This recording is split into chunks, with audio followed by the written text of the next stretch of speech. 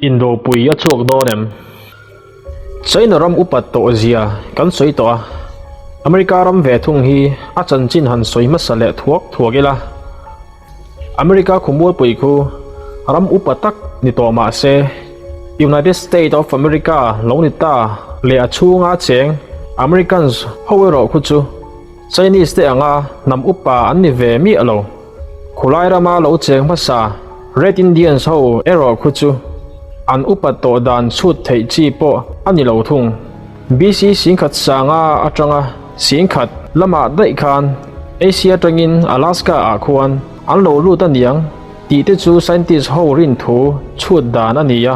tuna Americans anti tak ho khu chu nam upatak an ni mi alo edi sangkhat zali chove la tangkhan Europe ramlal ho chuan tuifin riat rala ram optur an zong tana Mase sa pasal thahuai sen ho me upo khuan Canary clear car bak an thlengam bik lo chung hun lai chuan khovel hi a phek duai mai ni in an ngaya Canary clear car pel hreta khuan khovel hi a top to a tuifin riat tuipo a luang liam purpur mai ni in an ngaya an hlau em mai ani khovel leilung hi amu mani ti an lo hre chuak ta a chung hun lai chuan India rama masala hi alar a Europe rama man to tak takin an hral theya long manga zin po dan tur an ngai tu thina Genoa long mi Columbus chuan khovel hi amu mani chuan khothlang lama zin chuak ila India ram kan thleng mai don ani ti in thi ngam tak mewin a in khal chuak ta a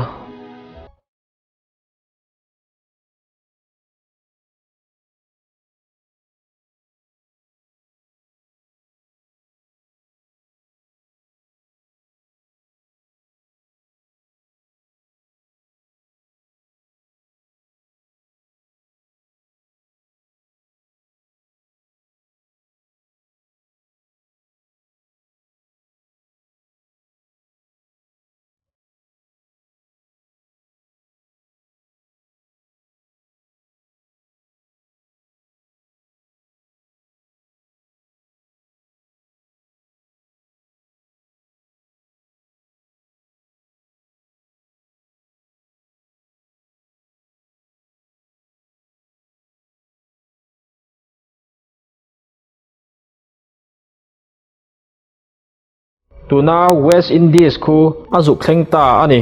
ami hring cheng te chu an vun rong a sen tlat maya Red Indians anti pha ta a anu kum edi sangkhat zanga pahni vela Amerigo Vespucci chuan tuna America khumul pui khu azuk thleng ta a America ti alo ni ta a henghun lai hian Europe Roma Christian te an chep a an chep dan po pui thiam chau lo chuan Bible chial le thuhril rong bol phalsak an ni velo zalen taka thuhril le Bible chiar ve du mitam tak an oma chung zinga mi za som thum chuan in thurwalin long pakhat Mayflower an ti chu an hota a sanga zaruk som pakwa khan America a pem lu tumin an inkar chok ta ani konglaka khovot le natna wangin mi som sari ngot an thia sangkha zaruk som ni November ni som pakhat khan tunlaya Massachusetts vào kama khuan an chuang kai ta a heng mi ti hi America rama omhlen tura pem lut ma saber te chu an lo ni ta Red Indians ten nasataka an lo bei buai chungin khu an din lui shama khu an din don po in pathian biak in an han sama sapota chumi hnuwa mani in tur an sa ve chau thin henga wang hian pathian po in mala soman yang tikhon namro pui tak an lo ni ta ani England sarkarin an obzuing hala thingpui fa chung changa boina achuaka sanga sari somsari paruka state som pathum in thurwalin independent an puanga am president masaber chu Samuel Huntington ani ome England nen chuan anin do ta chiam maya president an omumal lo rei hle mumal taka president an nei masak ber chu George Washington kha alo ni ta ama hian president period ve lai an man hial ome Abraham Lincoln president lo ni khan boya chua sangka zare somruk pakhata Chimlam State pasari tangrual chuan independent puangin Jefferson Davis chu an president natan an thlang ve mi maya ram pakhatin president pani nei thu om heklo civil war rap thak zet mai a chuak ta a mihring nuai sari don an thi nuwa alo top le ta a an na thok tu ber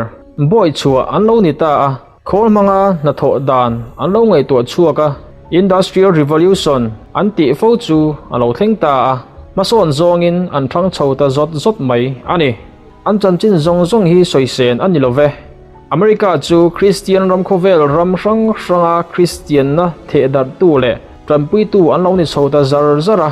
sanga zakwa somthum pakwa a indo pui pa ni na alo chuaka khovel ram ro pui le hausa an ni zia aron lang chuak ta Japanin Pearl Harbor aru na tanga kumli aliam chia sang zakwa somli panga a khan longchi rang sanga zani thona nuai thum teng singsari sanga motor lian nuai somni panga bomle silai muton makta duai tamtak an siam chuak man zuk nia kumsang zakwa somli panga a indo atopa USSR Union of Soviet Socialist Republic nen ral thuam nei hlawom lama anin tan siek chhota charchara Russia phei chuan kumsang zakwa somruk pakhat October tha khan hydrogen bomb megaton somnga pariat la ya lian an han test te renga anin khoi nuai tak mayang ti lawom ther tak ani ti chuan kumsang zakwa somkwa a USSR alo ke dar ta a khovel communist ram tam tak an tu chezui nga la America chu khovela avok lal len tangul mai ani USSR tu chet ma ret kumsang zakwa somriat bakwa a communist ram lian pani na China rama mi pui hel na chuaka Chinese si paiten mi hring sang thum chuang ka hlum le tenga chi hlum tirin an mit theya China chuan sumdon na konga an foreign policy an thak danglam chhota thunga mi hring an tam si ni tinin hlo na red an niam em a khovel thil siam tu company lian ten an industry ro pui tak an hunglu ta sup maya na thok tu hlo atlem si an thil siam te chu tom te in an thal chuak ta chur mai ani kumsom thum chung lekin khovel chu China thil siamin akhat ani ta ber mai an lo ho sa te em maya kumsang zakwa som thum chho America ram ro puizia pholang tu chu New York khopuya anin chong sang Empire State Building anti tele khopui danga skyscraper anti te khu anni trin tunai ro chuan China chu khovel in chong sang nga birram an lo ni ta a kongeng kima manson na sa a America me upo an chau ve ta hial mai ani hi tunrum COVID-19 coronavirus ripuya wang hian khovel sarkar rang te chuan China an dem na sa ta lui hle maya sui tam lovin indo na hi lo chuak ta se America ina an ral thum nei dan te lo tar lang vele ta ila America me chu ral thum lama chuan China chuan an na khan lo na sangang maya chu mai ba ka indo pui pa ni na hun la ya America in ral thum siam a ne so zia kha shereng bokila kum sang ni som paria ta tanga sang ni som pakwa chunga America ramin invent him na lam atana an poisa ruaman defense budget chu dollar tlu la ding on sari som pasari loi ania hei hian khovela hur nging loi ti la kan or tuk lawang chu dollar khat hi India poisa rupees in han chantirila 70.30 nen ain tluk meka dollar makta duai tluk la ding on sari som pasari tamzia tur chu India poisa in han chantir teu Mexico nen anamri hung na tur dollar tluk la ding on nga hi lotel po ni se nikum budget ai chuan tluk la ding on zangotin alatam shrim khovel hriata an man na tur hi puang zar ta po ni se aruka ral thum changkang jok siam nan ba ka America hian aircraft carrier somni an chol tir do te hi tuai thar le an tum nia hriat ania indo thona an nei mek te po hi an ti pung nge in arin om kan chiar fo thin angin khochak sarkar lian China chuan South China Sea a tuifin riat hnuai lei hip khomin thliarkar an siam mup mai ania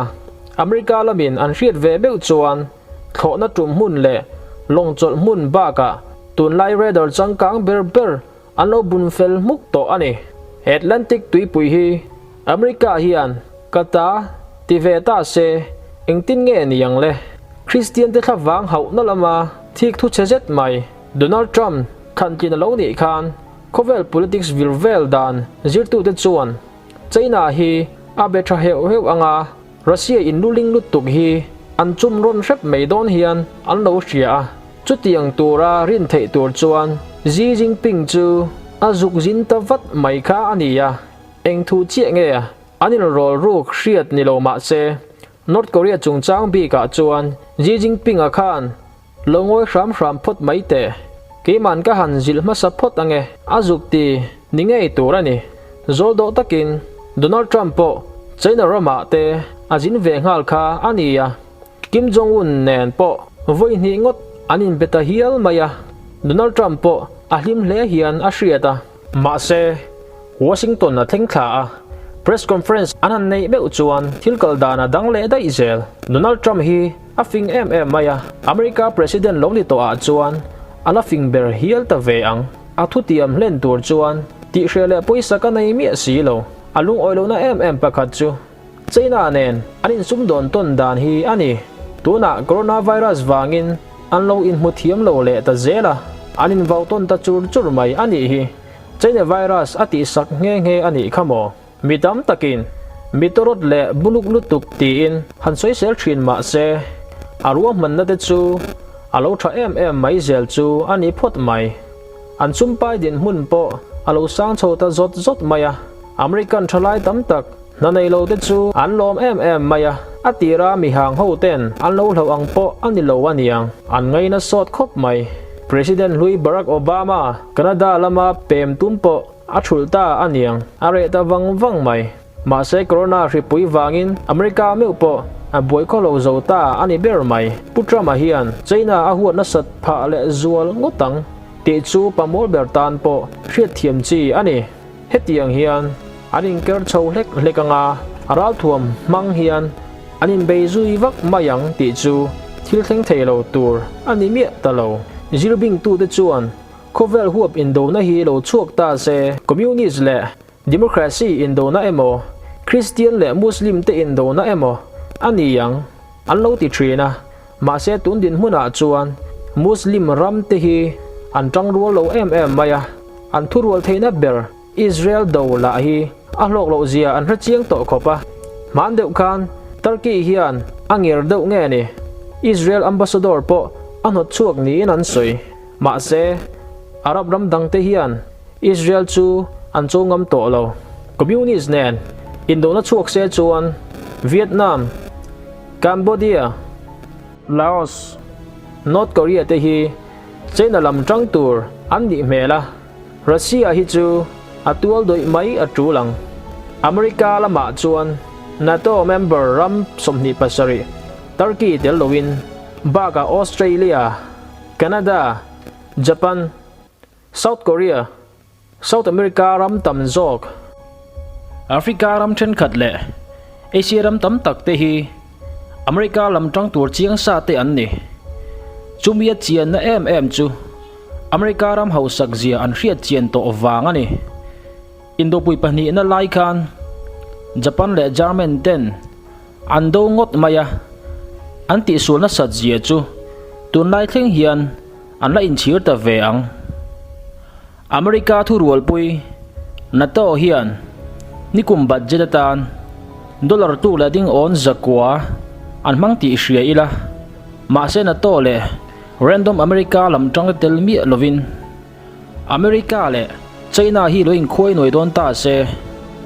an ral thum nei dan han ta lang le ta ila China rama mi ring cheng za thi vaibel se za sum thum pasari noi sum thum panga singni saruk zaruk sum sari paria tan nia heti lai in USA hian vaibel se sum thum pani noi sum li pakhat singni sang thum zariat sum kwa an ni China khopui ber chu Beijing ania heti lai ni US khopui ber chu Washington ani China hian nuclear bomb hi zani somruk an neya heti lai in US hian sang sari zan hi lai anei thung kum sang hi som pasari atanga sang hi som pariat chunga an defense budget chu China hi dollar tu le ding on zan hi som ni paruk ania US chu dollar tu le ding on zaruk som ani thung sipai chu tri mi lo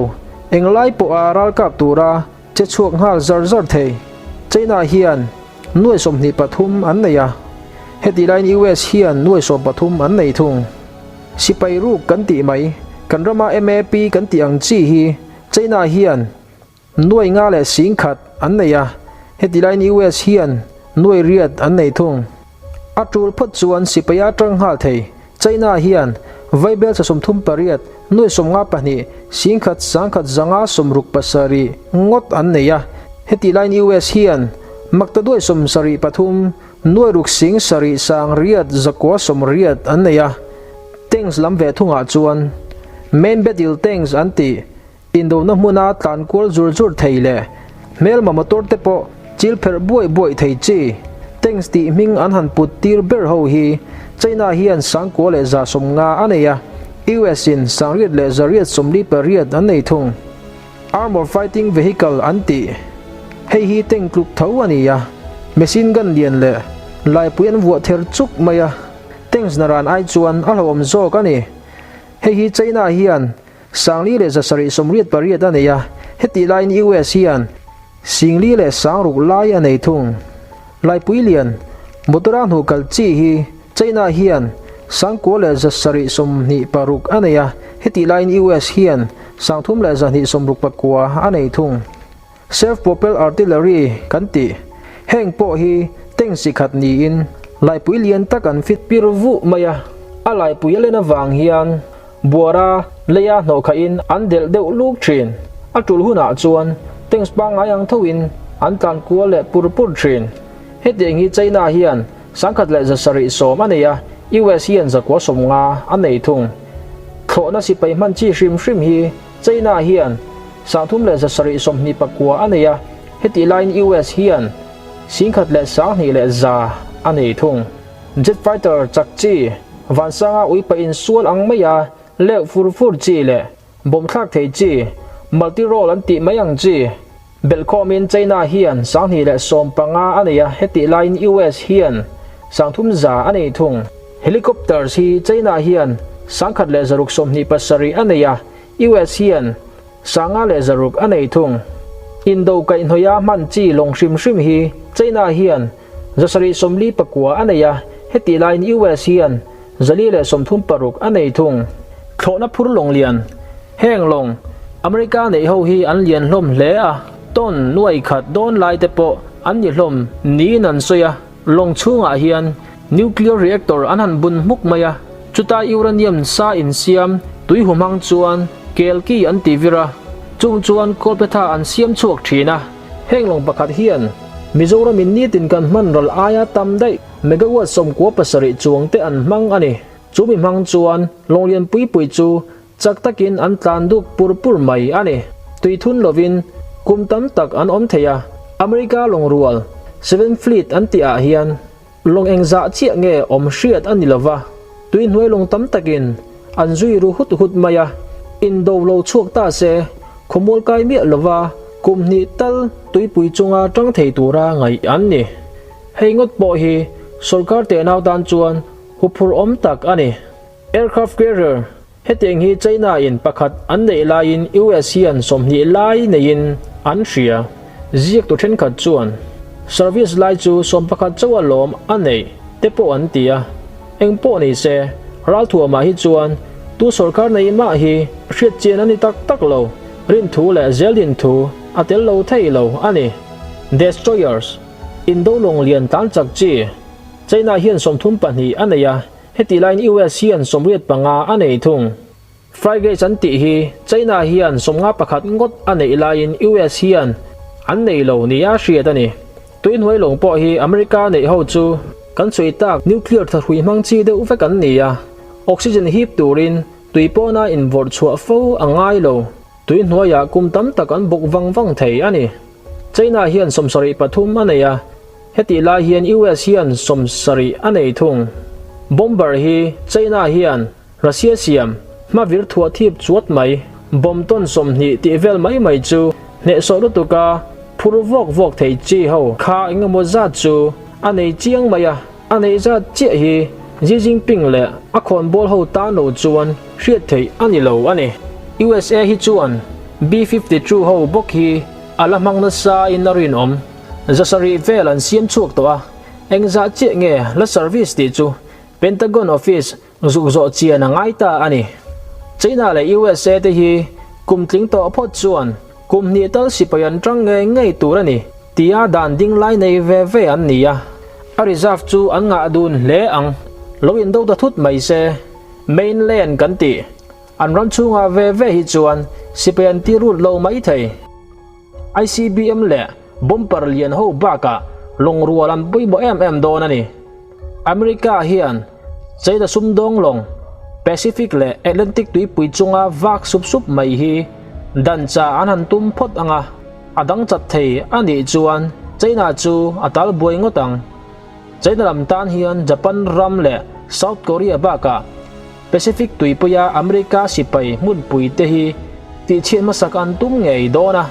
a lo cham chiang le ang ma se China thin urtong khong hian Kobi thaler le nuaya an thu ruk nuclear bomb te chu aron van vol chho zoi mayang ti chu alo em don ani aron tho chua ti rani vai chuan America po a boy khopang New Mexico le Nevada thalera nuclear bomb an thu ruk te chu aron bitum ma sangei dona chung chu America long sipai en thatu pol ho mun pui Florida ami te chuan an lo mukar dona Washington lama man mo takin an thon anga America president chuan thupek man mo minute nga chunga ken ko nge tur ape chuak ngal anga America long rual tele khombola an rocket lian ho te chu general thuam da na le sipai mun pui panin an thok chuak ve ngal puat anga bomber lian ho po atom bomb phurin an thok chuak hum anga chung veng tur chuan fighter chak chi te chu an phit chuak ngal zuai bok anga Europe ram le Kovel America lam tang te chuan nuclear ra thuam laka him ram tumin ma an langa ma se an lo chamang Karlova Russia le nuclear bomb nei India le Pakistan thlengin lo thei loin an kang kayanga Kovel ko puilian zong chu adar chevekang ti chuan Kovel nuclear bomb te chu thakha chung lakin man zo an lo ni anga chung nuclear bomb puakin asiam mei khu le vai vut khu chuan ni khi thatam tak a hlia thim tlat anga thlasik khowot rap thak em mai chu alo thleng don ani chu khowot chu tur chuak thei tu ma an om don lova lo tur chuak thei ma la ni hlia tu vai vut chum te chu ruangin alo su le chur anga chung chu tur lo om tak an ni dona mihring te hi kan chimit vek mai don ani